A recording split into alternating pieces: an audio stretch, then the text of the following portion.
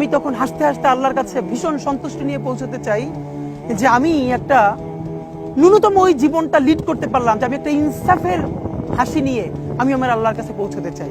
হায়াত মৌতের মালিক আল্লাহ, ন্যূনতম সিকিউরিটি নিয়ে চলাও হলো সুন্নাহ।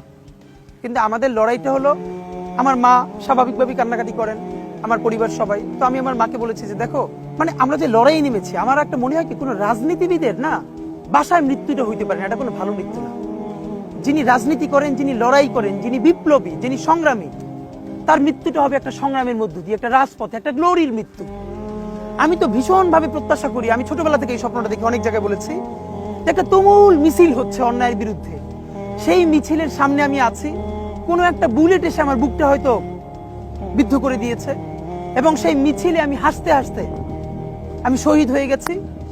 এবং সবাই যখন মৃত্যুটাকে ভীষণ ভয় পায়, আমি তখন হাসতে হাসতে আল্লাহর কাছে ভীষণ সন্তুষ্টি নিয়ে পৌঁছতে চাই যে আমি একটা ন্যূনতম ওই জীবনটা লিড করতে পারলাম, যে আমি একটা ইনসাফের হাসি নিয়ে আমি আমার আল্লাহর কাছে পৌঁছতে চাই।